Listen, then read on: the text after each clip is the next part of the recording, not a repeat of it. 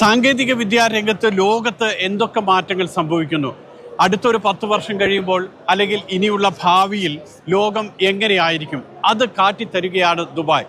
World trade സെന്ററിൽ നടന്ന ജൈടെക്സിന്റെ 30ാമത് edition ഇതുവരെ നടന്നിട്ടുള്ള മേളകളിൽ നിന്നും തീർത്തും വ്യത്യസ്തമായിരുന്നു.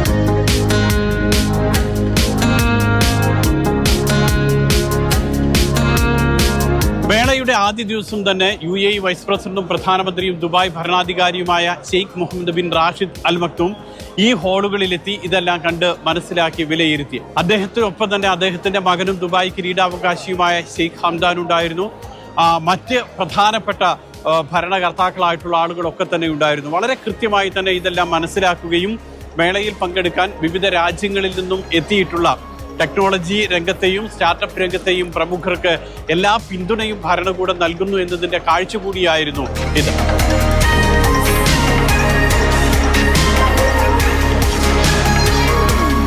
Dubai, Sharjah, Ajman, Umm al Quwain, Ras al Khaimah, Fujairah, Abu Dhabi തുടങ്ങി എല്ലാ എമിറേറ്റുകളിൽ നിന്നുമുള്ള ഗവൺമെന്റ് സ്ഥാപനങ്ങൾ, അത് പോലീസുണ്ട്, അതോടൊപ്പം തന്നെ ട്രാൻസ്പോർട്ടേഷൻ രംഗത്തെ ആളുകളുണ്ട്, മുനിസിപ്പാലിറ്റികളുണ്ട്, എല്ലാവരും പങ്കെടുത്തു. കാരണം ഈ മേള അവർക്കൊക്കെ പുതിയ ആശയങ്ങളാണ് സമ്മാനിച്ചത്. അതോടൊപ്പം തന്നെ ഇവിടെ എത്തിയിട്ടുള്ള ആളുകൾക്കും ഈ സർക്കാർ വകുപ്പുകൾ എല്ലാവരും തന്നെ പുതിയ ആശയങ്ങൾ പങ്കുവച്ചു, അവരുമായി സംസാരിച്ചു, ആശയവിനിമയം നടത്തി.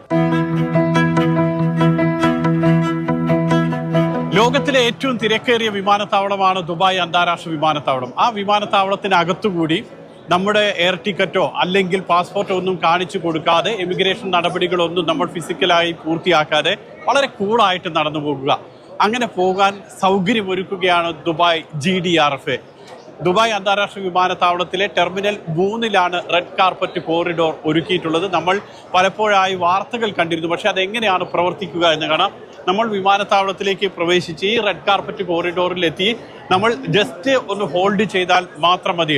ഏതാണ്ട് ഒരു 14 സെക്കൻഡാണ് ഏറ്റവും മാക്സിമം. 14 സെക്കൻഡ് പോലും വേണ്ട എന്നാണ് അധികൃതർ അറിയിക്കുന്നത്. നമ്മൾ ഇങ്ങനെ കടന്നു പോകുന്നു. ഇതുപോലെ തന്നെ ക്യാമറകളും മറ്റുമൊക്കെ ഉണ്ടാകും. സെക്കൻഡുകൾ മാത്രം മതി. ഇതിന് കടന്നുപോയി അവസാനം എത്തുമ്പോഴേക്കും നമ്മളെക്കുറിച്ചുള്ള റിപ്പോർട്ട് ഇതുപോലെ സ്ക്രീനിൽ വരും. ഇത് എൻ്റെ റിപ്പോർട്ട്. അതോടൊപ്പം തന്നെ നമുക്ക് തൊട്ട് താഴെയുള്ള ആളുകൾ, ഇത് ക്യാമറാമാൻ മുഷീന്റെ റിപ്പോർട്ടാണ്. ഇങ്ങനെ റിപ്പോർട്ടുകൾ വരുന്നു. ഇത്രയും കൂളായി നമുക്ക് വിമാനത്താവളത്തിലൂടെ കടന്നു പോകാം. ദുബായ് GDRFA ആണ് ഈ സൗകര്യം ഒരുക്കിയിട്ടുള്ളത്. ഇതേക്കുറിച്ച് പഠിക്കാൻ വേണ്ടി ചൈനയിൽ നിന്നടക്കം വിദഗ്ധ സംഘം എത്തിയിരുന്നു. സാധാരണ ചൈനയെ കണ്ടുപഠിക്കുക എന്നാണ് പറയാറുള്ളത്, പക്ഷേ ഇവിടെ ദുബായിയെ സംബന്ധിച്ചിടത്തോളം ചൈനയുടെ വിദഗ്ധ ടീം അടക്കം വന്ന് ഇതേക്കുറിച്ച് പഠിച്ചു. ഇപ്പോൾ ടെർമിനൽ 3-ലാണ് ഇതുള്ളത്. ഇനി ദുബായ് വിമാനത്താവളത്തിലെ തന്നെ മറ്റ് ടെർമിനലുകളിലേക്ക് വ്യാപിപ്പിക്കും. ഇത്രയ്ക്ക് സാങ്കേതിക വിദ്യ പ്രയോജനപ്പെടുത്തുകയാണ് Dubai. We have advanced the use of technologies and the service where instead of one person, 10 people can use it at the same time, and they don't require to show any documentation. They don't need to stop. They just move in the process and continue their journey in the airport.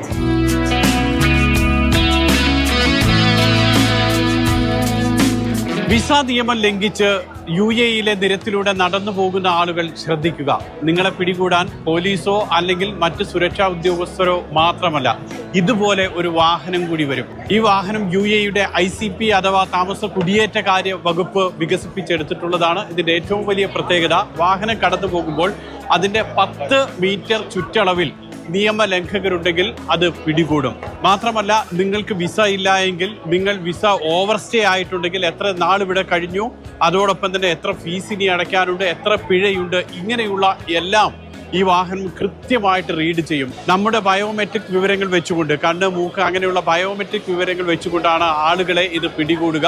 Fine അടയ്ക്കാനുണ്ടെങ്കിൽ ആ പണം അവിടെ വെച്ച് തന്നെ അടയ്ക്കാനുള്ള സൗകര്യം കൂടിയുണ്ട്. Card ഉപയോഗിച്ചോ പണം ഉപയോഗിച്ചോ നമുക്ക് ഫൈൻ അടയ്ക്കുകയും ചെയ്യാം. 360 ഡിഗ്രിയിൽ പ്രവർത്തിക്കുന്ന 6 ക്യാമറകളാണ് ഈ വാഹനത്തിലുള്ളത്, ICPയുടെ സുരക്ഷാ വാഹനത്തിലുള്ളത്.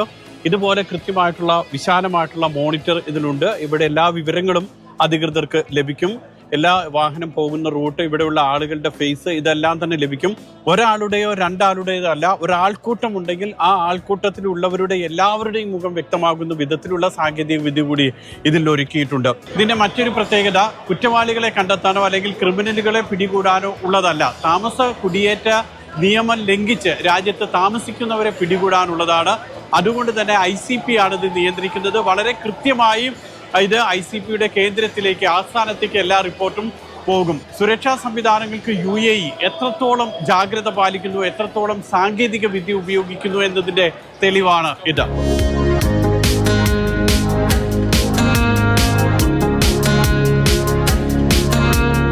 സുരക്ഷാ സംവിധാനങ്ങളിൽ ദുബായ് പോലീസിന്റെ പുതിയ ഒരു കണ്ടുപിടുത്തം കൂടിയുണ്ട്. മനുഷ്യന്റെ കൈകളുടെയും കാലിൻ്റെയും ചലനമനുസരിച്ച് ആളെ തിരിച്ചറിയുന്നത്. ദുബായ് പോലീസ് സ്വയം വികസിപ്പിച്ചെടുത്ത സാങ്കേതിക വിദ്യയാണ് ഇത്. സാധാരണ മോഷണത്തിനോ അല്ലെങ്കിൽ മറ്റു കാര്യങ്ങൾക്കോ പോകുമ്പോൾ ഒരുപക്ഷെ ഈ കള്ളന്മാർ അല്ലെങ്കിൽ കുറ്റവാളികൾ അവർ മാസ്ക് ധരിക്കുകയോ അല്ലെങ്കിൽ ആളെ തിരിച്ചറിയാത്ത വിധത്തിൽ വസ്ത്രധാരണം നടത്തി പോകുകയോ ഒക്കെ ചെയ്യാം. എന്നാൽ അതിനെയെല്ലാം തോൽപ്പിക്കുന്ന സാങ്കേതിക വിദ്യയാണ് ദുബായ് പോലീസ് അവതരിപ്പിക്കുന്നത്. ആളുകളുടെ കൈകളുടെയും കാലിൻ്റെയും ചലനം ക്യാമറയിലൂടെ നിരീക്ഷിച്ച് ആളെ മനസ്സിലാക്കുന്ന, കുറ്റവാളികളെ പിടികൂടുന്ന സംവിധാനം. This biometric system is important for security because it takes other biometric data other than face.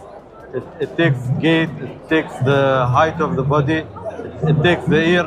So it's a full biometric system that doesn't only rely on face. ഇത് ദുബായ് പോലീസ് സ്വയം വികസിപ്പിച്ചെടുത്തതാണ്. ദുബായ് പോലീസിന്റെ ഗവേഷണ ഘട്ടത്തിലാണ് ഇത് നിൽക്കുന്നത്. ഇതിന്റെ ഏറ്റവും വലിയ പ്രത്യേകത ഇതിന്റെ R&D എല്ലാം ദുബായ് പോലീസാണ്. ഗവേഷണവും മറ്റുമൊക്കെ നടത്തുന്നത് ദുബായ് പോലീസ് തന്നെയാണ്. അവരിൽ തന്നെയാണ് ഇത് ഗവേഷണം നടത്തി സാങ്കേതിക വിദ്യ വികസിപ്പിച്ചിട്ടുള്ളത്.